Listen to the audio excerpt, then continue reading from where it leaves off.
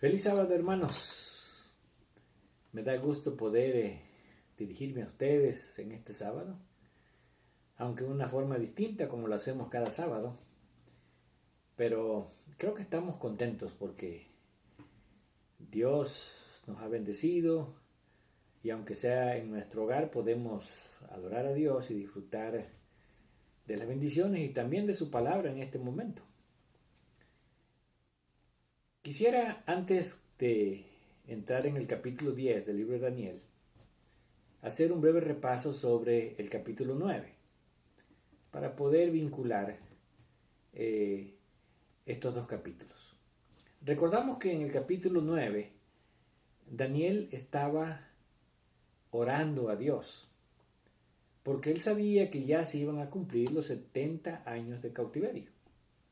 Eso fue en el año primero del reinado de Darío el Medo. Así que ya más o menos faltaban unos 2 años para que los judíos regresaran. Y él estaba recordando y leyendo las profecías del profeta Jeremías.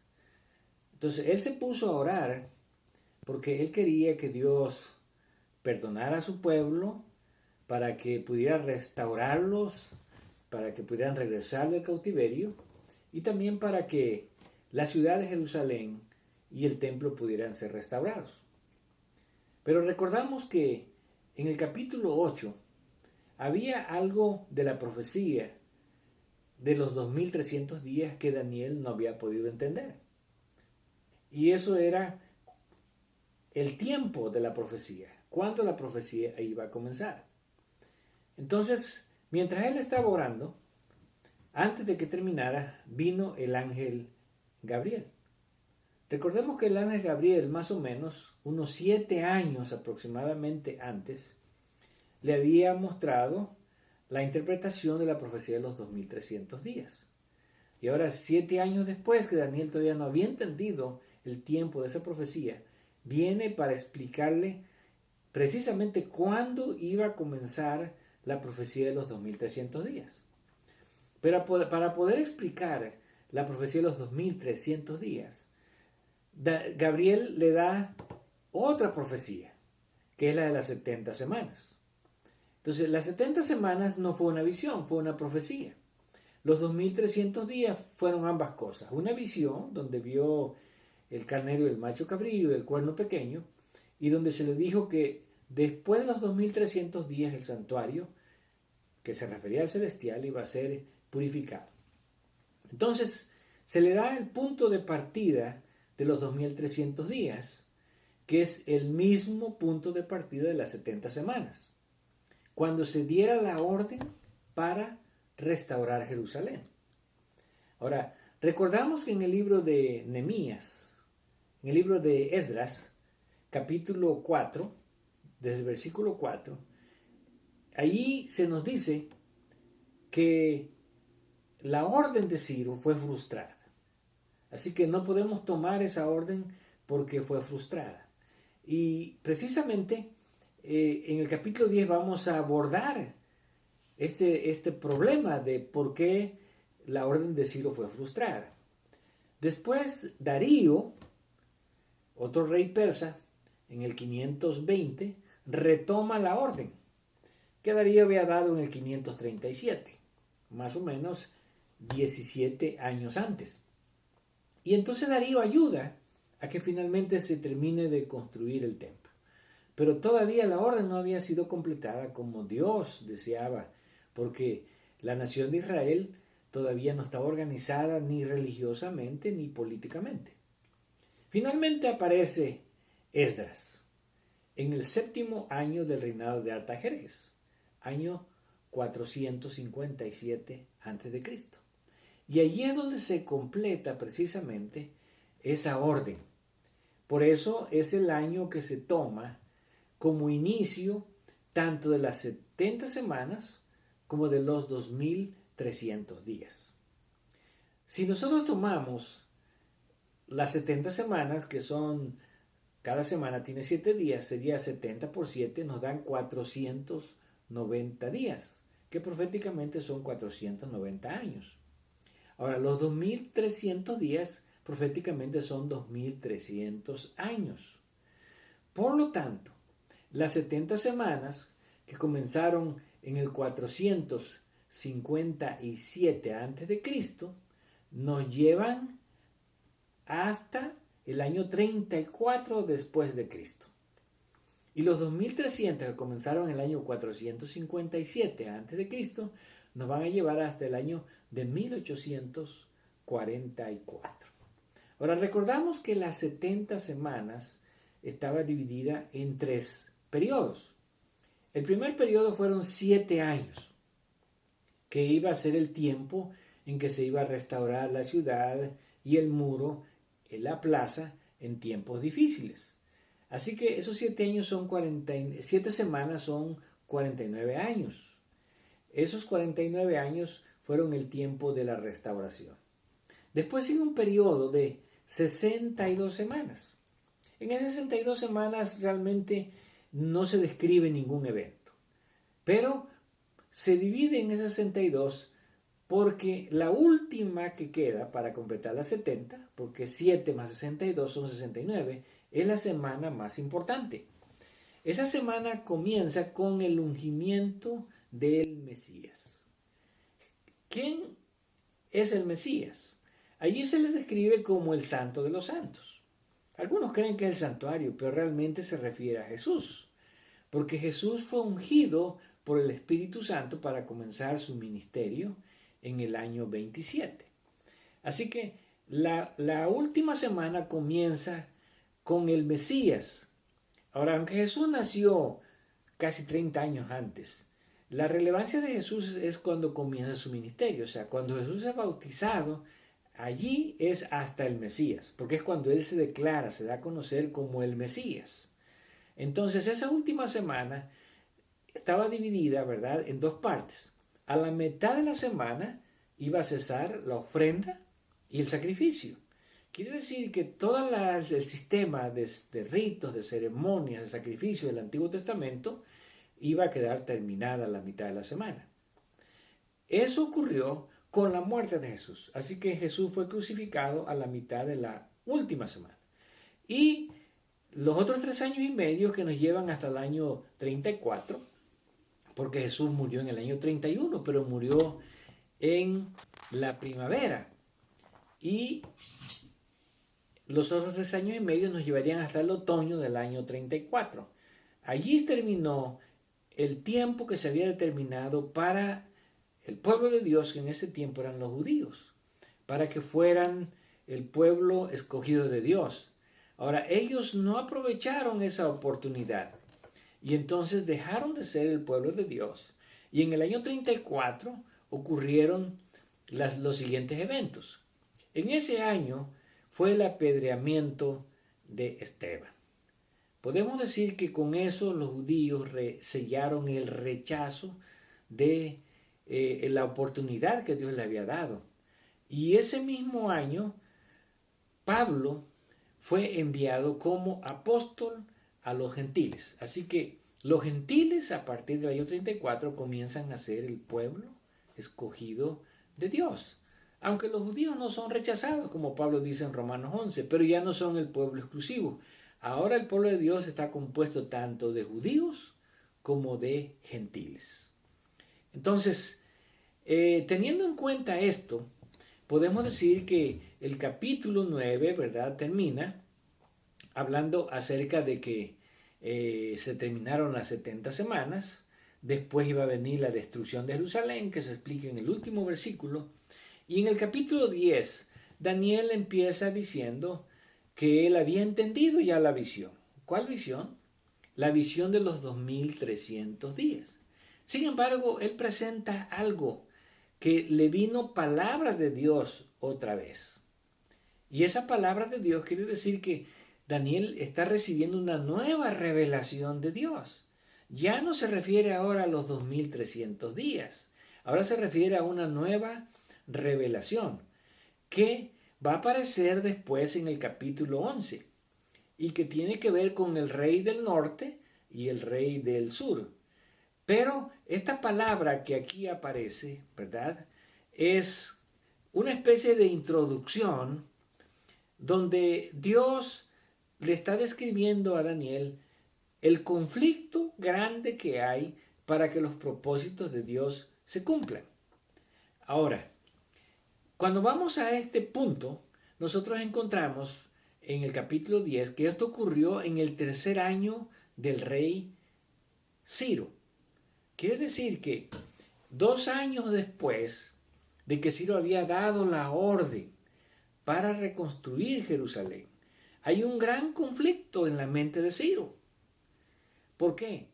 Porque según leemos en el libro de Esdras, Ciro había recibido cartas de los gobernadores que estaban del otro lado del río, allá los vecinos de Judá, donde ellos estaban pidiendo a Ciro que detuviera la construcción porque eran un pueblo rebelde. Entonces había un conflicto grande porque mientras Ciro había dado la orden, por un lado, para construir la ciudad de Jerusalén, por otro lado, Satanás lo estaba influyendo para que Ciro ya no cumpliera la palabra que Dios le había encomendado. Y por eso había un gran conflicto, pero realmente el conflicto no era tanto con Ciro, sino más bien el conflicto era con la fuerza del mal que estaba obrando en la mente de Ciro para tratar de frustrar el plan de Dios. Y esa es la descripción que se hace en el capítulo 10. Ahora, aunque el capítulo 10 no hace referencia a la orden, el tercer año de Ciro es más o menos el tiempo cuando, de acuerdo a Esdras, se estaban enviando esas cartas para que se detuviera la construcción. Entonces quiere decir que fue el tiempo en que Ciro recibió esas cartas para retener la construcción. Y había un gran conflicto. ¿Por qué? Porque Ciro estaba cediendo a las peticiones de aquellos enemigos del pueblo de Dios que no querían que se construyera ni la ciudad de Jerusalén ni el templo. Entonces, aquí es donde Daniel, ¿verdad? A causa de esta palabra y de este conflicto, él cae enfermo. Y dice aquí el versículo 1 que la palabra era verdadera y el conflicto grande. Pero él comprendió la palabra y tuvo inteligencia en la visión. En aquellos días, Daniel, yo estuve afligido por espacio de 3 semanas. Ahora, la aflicción que tuvo Daniel probablemente era un poquito distinta a la del capítulo 8. En el capítulo 8 estuvo enfermo. Y aquí no sabemos exactamente, ¿verdad?, si él cayó en un momento de depresión, probablemente, pero él dice que estuvo afligido por 3 semanas. Y en esas 3 semanas él estuvo ayunando. Aquí se menciona, ¿verdad?, que en espacio de 3 semanas no comí manjar delicado, ni entró en mi boca carne ni vino, ni me ungí con ungüento, hasta que se cumplieron las 3 semanas. En otras palabras, por un espacio de 21 días Daniel estuvo ayunando. ¿Para qué? Yo creo que debemos de pensar que Daniel estuvo ayunando porque él deseaba que esa orden que había dado Ciro para reconstruir no se frustrara.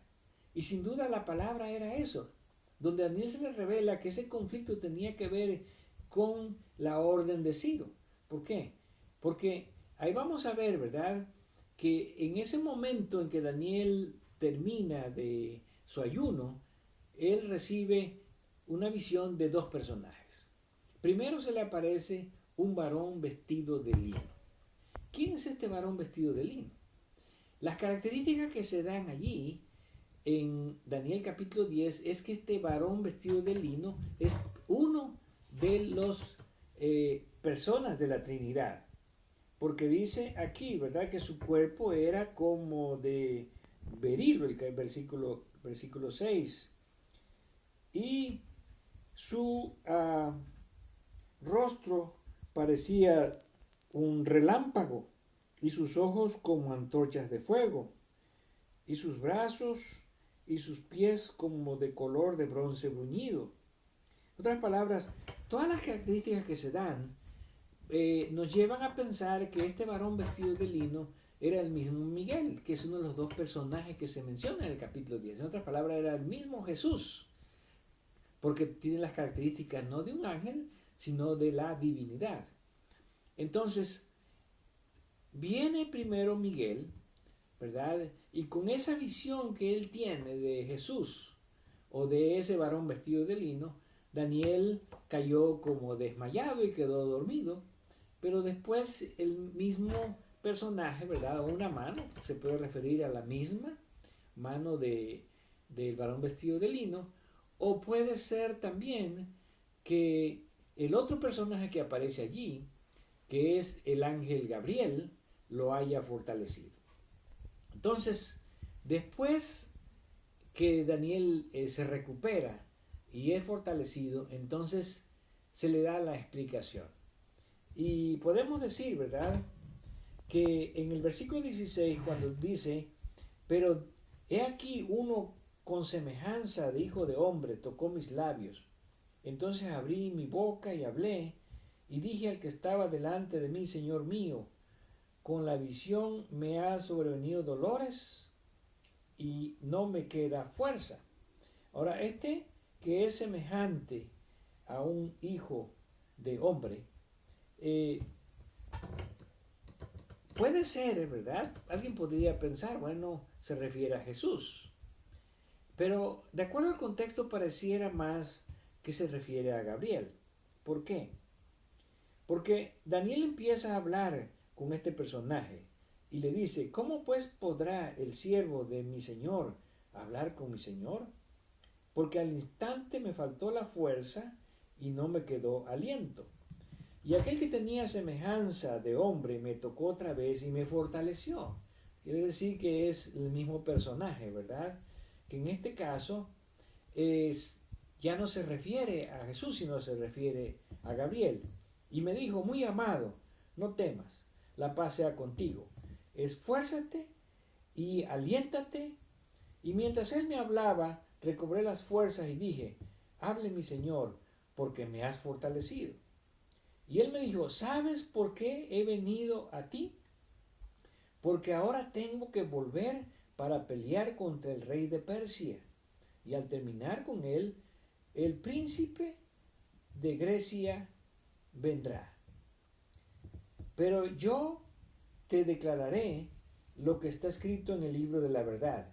Y ninguno me ayuda contra ellos sino Miguel, vuestro príncipe. Así que aquí, cuando se refiere a este hijo de hombre, o semejanza de hijo de hombre, ya no se está refiriendo al varón vestido de lino, a Jesús, se está refiriendo ahora a, aunque no lo menciona por nombre, pero por las características que se dan en el capítulo 8, en el 9 y ahora en el 10 se refiere al mismo ángel Gabriel.